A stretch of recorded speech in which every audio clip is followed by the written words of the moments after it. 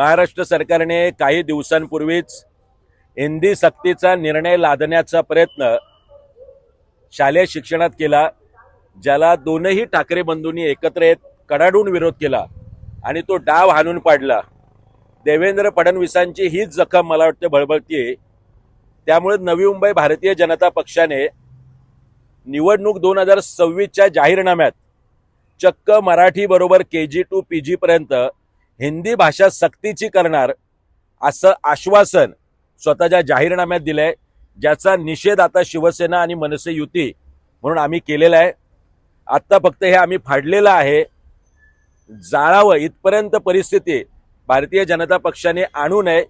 तात्काळ ही गोष्ट जाहीरनाम्यातून वगळावी आणि नवी मुंबईकर आणि नवी मुंबईतल्या मराठी माणसाला सुद्धा माझं सांगणं आहे, 15 जानेवारीला होणाऱ्या निवडणुकीत आपण यांना धडा शिकवा।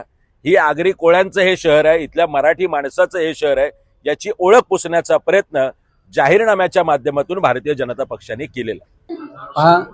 कोणी काय टीका केली काय नाही हा विषय आमचा नाही, परंतु आपण या नवी मुंबई शहरात राहतो। नवी मुंबई शहर एक कॉस्मोपॉलिटन शहर आहे। प्रत्येक जाती धर्माची मुलं त्या ठिकाणी शिकत असतात आणि त्यांना शिक्षण देताना मराठी ही त्या ठिकाणी कंपल्सरी आहे। त्रिभाषिक सूत्र हा शासनानं स्वीकारलेला आहे, केंद्र सरकारनं स्वीकारलेला आहे। नवी मुंबई महानगरपालिकेच्या हद्दीमध्ये आमची देखील इच्छा आहे की मराठी ही सक्तीची आहेच, परंतु त्याच्याबरोबर रोजच्या जीवनामध्ये देखील त्याला हिंदी इंग्रजी ही आली पाहिजे आणि त्या देखील भाषा ते शिकले पाहिजेत। म्हणून हिंदी ही सक्तीची करण्याची गरजच नाही, ते आहेच ऑलरेडी।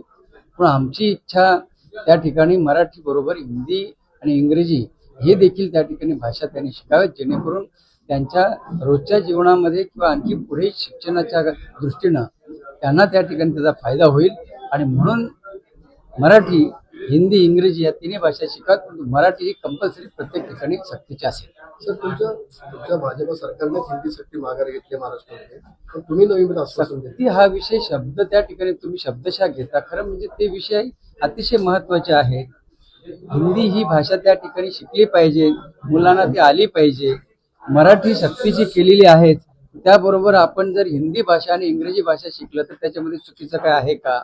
जर आपण त्या ठिकाणी एवढी मोठी मोठी शिक्षण आपण घेतो, त्या शिक्षणामध्ये जात असताना वेगळ्या प्रांतांची लोक त्या ठिकाणी येतात, त्या प्रांतामध्ये त्या ठिकाणी आपली 100% त्या ठिकाणची भाषाही असू शकते। अशा वेळेला मराठी बरोबर त्या जर भाषा शिकलं तर उत्तम असं आमचं मत आहे। सर, एका बाजूने आपण असा प्रयत्न करताय का की भाजप या पद्धतीने की महानगरपालिकेच्या निवडणुकीच्या माध्यमातून 29 राज्यातल्या महानगरपालिकेच्या शाळांच्या माध्यमातून हे अंडरग्राऊंड हिंदी शक्तीचं प्रयत्न केला जातो? नाही, असं तुमचा समज आहे। महानगरपालिकेची निवडणूक ही आपली नवी मुंबई महानगरपालिकेची आहे आणि ह्या नवी मुंबई महानगरपालिकेच्या हद्दीमध्ये ज्या शाळा आहेत त्या शाळांमध्ये आपण जर त्या ठिकाणी पाहिलं तर सगळ्या प्रकारचे त्या ठिकाणी विद्यार्थी आहेत। तुम्ही पहा, त्याच्यामध्ये हिंदी भाषिकी आहेत, मराठी भाषिकी आहेत, काही वेगळ्या साऊथ इंडियन आणि त्या भाषेची त्या ठिकाणी आहेत। अशा वेळेला आपण हिंदी आणि मराठी किंवा इंग्रजी हा विषय घेण्यापेक्षा